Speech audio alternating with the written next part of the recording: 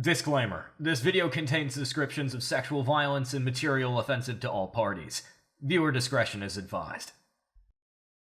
There's something to be said about the longevity of Superman as a character if a trope builds up around the many ways you can make them evil. Homelander, Omni-Man, the Plutonian, the Public Spirit, all of these characters embody the same base ideal about absolute power, corrupting absolutely, and took that in completely different directions. Some are more fascist, serving as overt symbolism of real-world political pundits, people whose use of power is to keep people under their thumb. Some are more pointed attacks on the trope itself, showing that the very nature of hero worship in the public consciousness leads to catastrophic unintended consequences. Some are just out-and-out parodies, showing the perceived incompetence of Superman as a figure and his many failures as a superhero. There's a lot of different angles you can examine the Superman concept from, each with their own sets of pros and cons that speak to specific audiences. Yet, what about something as simple as morality? The big two have definitely made morally gray to outright villainous parallels to the Man of Steel and key storylines, calling into question Superman's moral compass, or, again, what your average person would do with insurmountable power. But genuinely, what if Superman wasn't some farm boy with wholesome family values and a genuine desire to do good? What if Superman was just as self-serving and mentally ill as the rest of his reader base, using his powers to not benefit society and the greater world, but to fulfill their darkest urges? That's where Captain Hero comes in. Captain Hero is a character from the short-lived adult animated series Drawn Together, created by high school friends turned screenwriters Dave Jesser and Matt Silverstein. Drawn Together is probably the most mid-2000s adult animated comedy that's ever existed. 8 different cartoon characters from different genres, mediums, and companies are forced to live under one roof with over 1 million cameras. And given this is around the time shows like Big Brother, The Real World, and Survivor were the most talked about programs on TV, it leaned heavily into not just the aesthetics of reality TV drama, but also into showing how horrible the people on these shows truly were. And by that, I mean the show tried offending as many people as humanly possible. Racism, sexism, homophobia, transphobia, anti-Semitism, sexual abuse, incest, bestiality, cannibalism, and more. Nothing was off-limits during Drawn Together's run, and given the loose nature of its episode-to-episode canon, anything could happen if the writers wished it. This constant desire to push boundaries was best exemplified in Captain Leslie Hero, voiced by Animaniacs and Crash Bandicoot voice actor Jess Harnell. Originally pitched in the show's behind the scenes as the world's lamest superhero, Captain Hero is one of the most unabashedly depraved characters in modern fiction. Not just adult comedy cartoons, not just superhero stories, fiction. Far more sadistic than Homelander, far more delusional than the Sentry, and far more powerful than someone like Omni-Man, Captain Hero is one of the best parodies of the superhero genre ever made. Something that would make Frederick Wortham roll in his grave if he ever saw it. And not without good reason too. So this is an excuse to not only talk about all the horrible shit he's ever done, because it's just funny to sit back and be amazed at how awful someone is, but my attempt at justifying that Captain Hero is the most evil version of Superman. Guess it really is gay over. Nice! Now, in order to discuss the powers and general feats of someone like Captain Hero, one must explain the universe he inhabits. A combination of every kind of cartoon, video game, anime, and more, the world of Drawn Together embodies not just real-world people, but the entire spectrum of artistic creation. That means that anyone can technically appear from episode to episode, whether they be explicit parodies or outright the character they're referencing. Those characters can also die, especially in brutal fashion. And sure, some people are horrifically murdered and react like any normal person would in seeing that, but the very next episode, the crimes of these characters are absolved and everyone returns to a simple status quo, even if the established lore has been irrevocably changed. Just like the big two! So whenever I say, and then this guy died, know that a character like Ling Ling, the Chinese battle monster, has died many times throughout the show's run, and so has the rest of the cast.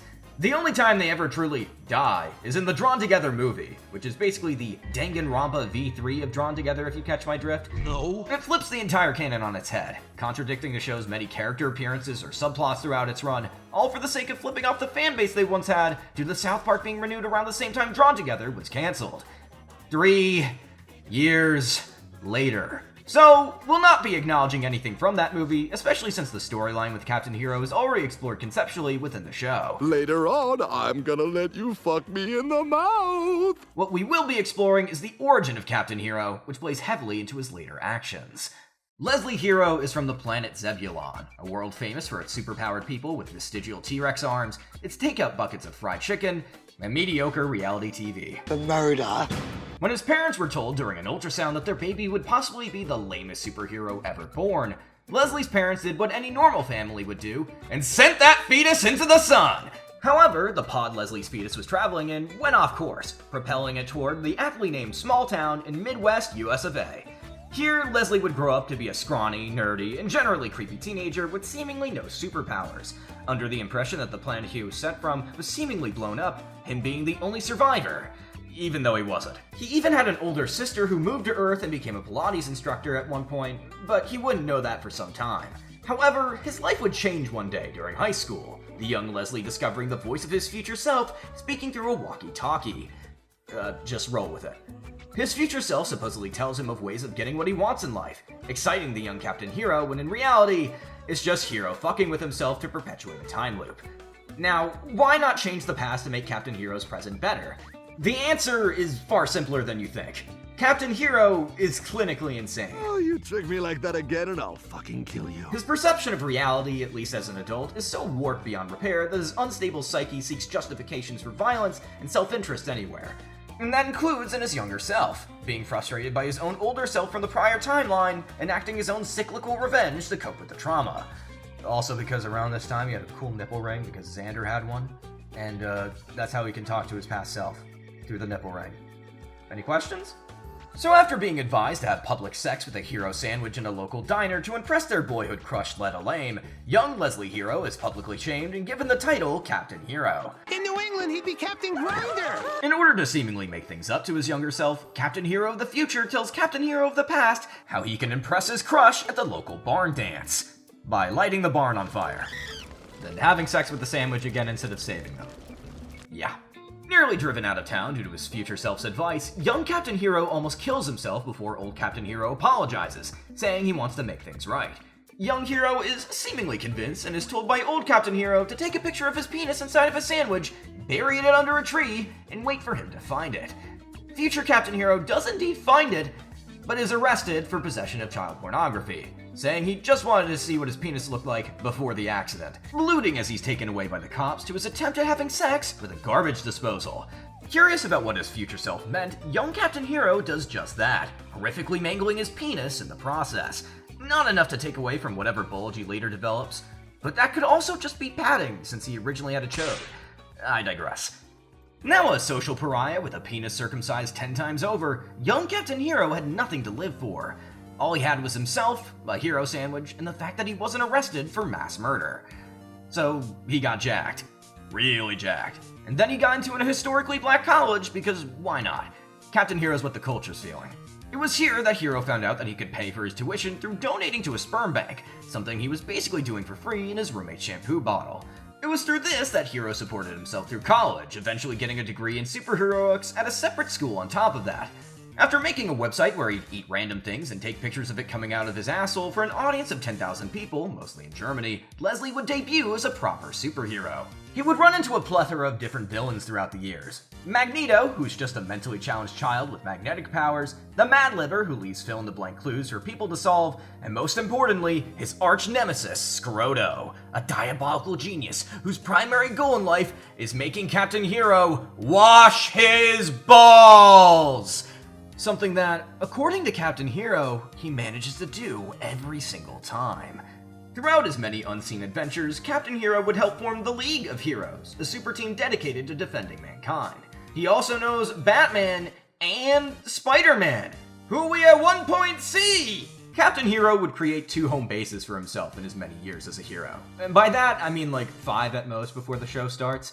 The first being the Hero Cave, a subterranean lair that isn't very high-tech, but Captain Hero thinks it is, mainly because everything's just a common household item with his logo plastered on it. The other place is the Pillow Fort of Isolation, a makeshift lair located deep in the South Pole, which possesses the ability to take away Captain Hero's powers, in exchange for an electronic wheelchair. This wheelchair is very important! It was around the time Captain Hero turned 28 that he auditioned and later scored a spot within Drawn Together's 2nd season. It's the first season to us viewers, but technically there was a cast before this. Even if it was just a gag, it counts. And that's the backstory of this character until the show actually starts. And it's a lot to unpack. While his older self was clearly bonkers by the time he spoke to them, young Leslie Hero was at the very least stable. Desperate, but stable. It is only until he's forced to ruin everything he's ever loved that his psyche breaks, deciding to keep the charred foot of Letta Lame as a trophy to remember her by, but somehow forgetting that he was the one who killed her. Whether that be through trauma or conscious ignorance is entirely unclear. That's the big issue with Captain Hero. Whether or not he's just crazy, or he's actively malicious for the sake of it. Let's go over his general actions as a person. Leslie's a superhero, that much is without question. But how good of a superhero is he? He's openly admitted in the first episode to failing half of his saves given he believes women are just desperate for attention, wanting him to fondle them and save their lives, and he only makes it in time to do the first part, even when they're dead. Leslie does have the license to solve mysteries if the episode where Foxy forces Ling Ling to do blackface for her SATs is concerned, but that could be chalked up to his connections to the local police, one that he maintains by doing his regular superhero duties, which Leslie later finds out people have started betting on.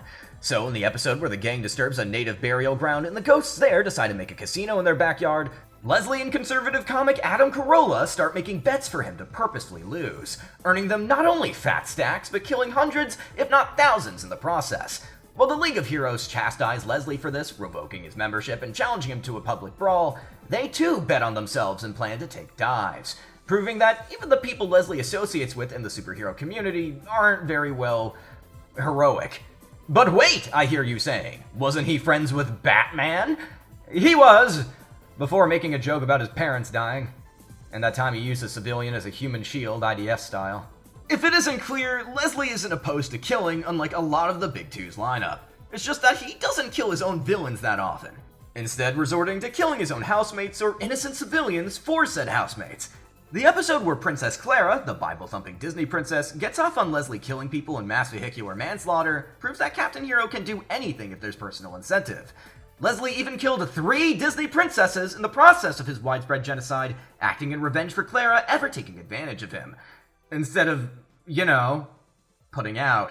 Leslie's crimes against his housemates in particular are notable given that some of them are misunderstandings, while others are purposely malicious. Like him sodomizing Waldorf whenever he sits in his chair at the kitchen table, giving Foxy cancer by using his x-ray vision while she's in the shower, role-playing as a closeted friend of his from small town and switching back and forth in a budding romance with his roommate Xander. Also, he can experiment with homosexuality. Something that he had already experimented with several times over, including with his own Bizarro. He's participated in humanitarian events because of his housemates, like the AIDS Walk Foxy tried getting a sponsor for, but Leslie takes any opportunity he can to make things a competition. So he started taking steroids, stealing money from his housemates to fuel his habit, got clean when his mentor Popeye died from AIDS developed from sharing steroid needles, and then murdered the entirety of the AIDS Walk's participants so he could win. Once he was told, "You murdered everyone, you sick monster," Leslie instead hears, "Congratulations, here's your prize," saying he did it for Popeye before his face appears in the sky. And Leslie doesn't recognize him. Leslie is very lucid. He also isn't a great superhero, or a great person in general. He has the ability to save people via super strength, speed, flight, and all that typical flying brick powers one would expect. It's just that he often ignores the very basic tenets of being a superhero for his own self-gain. Hell, his catchphrase in Season 1 was literally, "Save yourselves!" In Season 2 and 3, it's just, "No!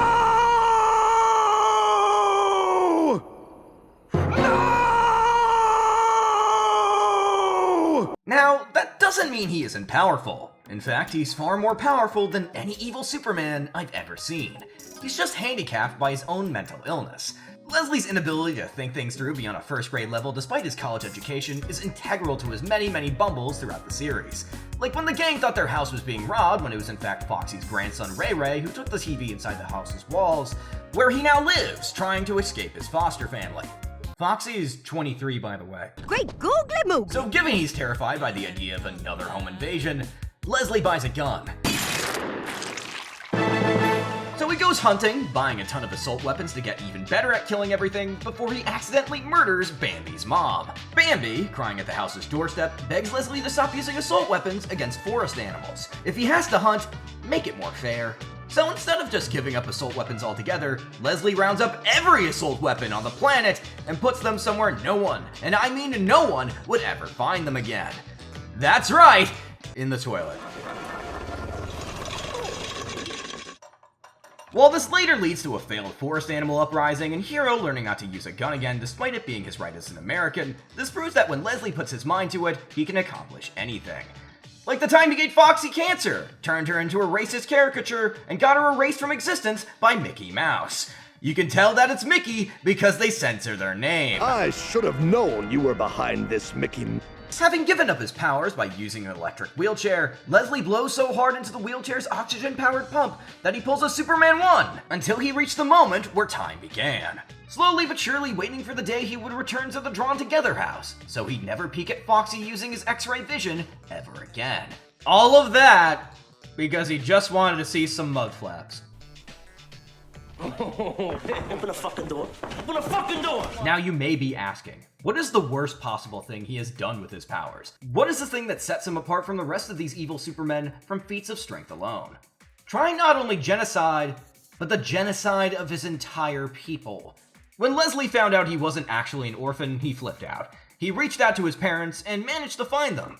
Although he tried making up for lost time and was later raped by a college fraternity in the process, Leslie was later confronted with the truth of his failed abortion, deciding that if he was truly that lame, he would prove to his family otherwise. How does he prove his worth? He throws Zebulon into the sun! Leslie quickly realizes how horrible this is, but his parents don't know that it's him who caused it. So he offers them a place to stay at the Drawn Together house, given they need someone to rely on, so long as they don't talk. They promise they won't, and then Leslie chloroforms them, and then he rapes them. Yeah, that's becoming a focal point of this essay, I want to stress. Sexual violence is a prominent theme with Captain Hero. Anyone and anything to Captain Hero is fair game for porking, and that includes dead bodies. Yeah, we're talking about it. Not even Homelander, the rapist fascist from both the TV show and the comic, would even do this. And if the show's many jokes from seasons 2 or 3 or anything to go by, it's a more than common occurrence. In the non-canonical Drawn Together Babies episode, his rule-abiding nature is forever changed when he makes love to the corpse of the gang's dead babysitter. One who 4 babies in a trench coat take the place of, get into a love triangle with 2 rich brothers, and give fake birth to Ling Ling in order to fulfill a soap operatic plotline where Dr. Lingstein was the father all along! But Leslie casually drops this information into conversations often, enough that you start to recognize that pretty much all of his sexual interactions have either been non-consensual or under false pretenses. He's like Rape Man, but you know, not Rape Man. Now, I think I should preface, I don't find rape funny. And if there's anything beyond the borderline hate speech this show sometimes puts on the air that's dated, it's this. But trust me, if your stomach has been churning while watching this video until now, just know that it can always get worse. So remember when I said that Captain Hero donated to a sperm bank? Remember when I mentioned he had a sister who was a Pilates instructor that he never met? What would happen if one day that very same sister wanted to become a single parent? You see where I'm going with this. She gives birth to an inbred mutant, one that Leslie at first stops and attempts to rehabilitate into a functional member of society, but later scares and lets loose on the world. At first attempting to stop the child before it hugs a teddy bear shaped like a nuke, his sister comes in and the two of them go, fuck it, if we both disown it, it's not our responsibility anymore. The two fly off as their inbred son hugs the nuke, killing everyone within miles except for the 2 Zebulonians. Captain Hero promises that they'll do better next time, his sister asking what next time means before the 2 kiss. That's how the episode ends, by the way. There is no taboo that Captain Hero would not cross, and despite his sometimes mental reversion to childish behavior or clearly unstable emotions, you really can't justify a lot of these conscious decisions. While Omni-Man is somewhat redeemed as a character and Homelander is killed off, Captain Hero doesn't really get off that easily. The canon of the show establishes in a singular joke during a 2-parter Lost in Parking Space that Hero cannot die! If you kill him, he will just come right back. A terrifying notion for any sort of villain, but for someone with no sense of right or wrong, makes his continued existence all the more frightening. Even if you want to take the movie as canon and say he was erased from existence, he literally dies as he's about to mouthfuck a corpse. The catharsis you get from his death is that you don't have to see him hurt anyone anymore, but the damage is already done. Even if Drawn Together as a show doesn't care too much about its canon, it does have plot episodes and does acknowledge previous episodes with an off-color joke or two.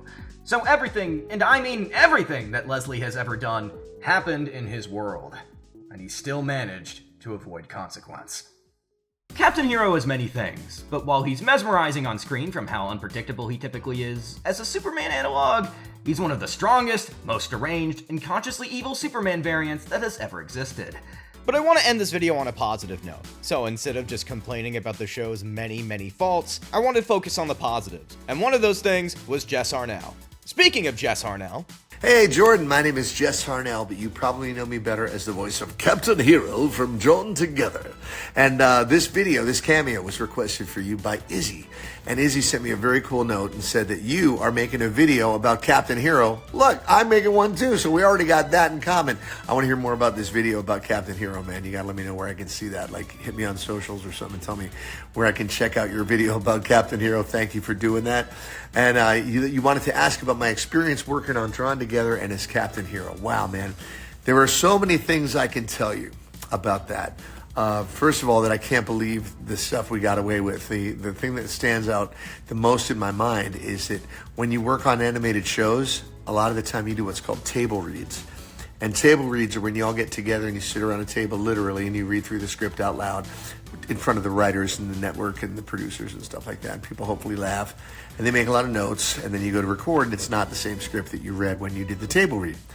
Well, I don't think there was a time that we did a table read for that show when I wasn't walking out to my car with Tara Strong or Cree Summer or James Arnold Taylor or whoever, and we looked at each other and went, no way is that going out. There's no way they're going to keep that. There's no way we can say that on the air.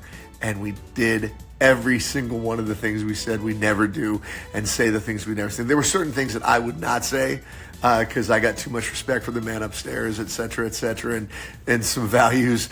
But we pushed the envelope plenty of times, and most of the time, if I didn't want to say it, they gave it to somebody else, and they'd say it. It was crazy. That show, in the whole lexicon of my assuredly blessed career of working on a ton of stuff, that show stands apart as being the only one of its kind. Now, whether or not that's a good thing is up to you. But apparently, I just love that, you dig it, and it makes you guys happy, so thank you for that. Stoked that you're making a video about Captain Hero. And I just want you to know, as far as this video, thanks for watching. Bye-bye. Apparently, this is what Izzy wanted me to say, so I'll say, thanks for watching. Bye-bye, Jordan. And remember, if you are ever in trouble, just call upon my name, and I will use you as my human shield. All the best to you, man. God bless. Thanks, guys. Over and out.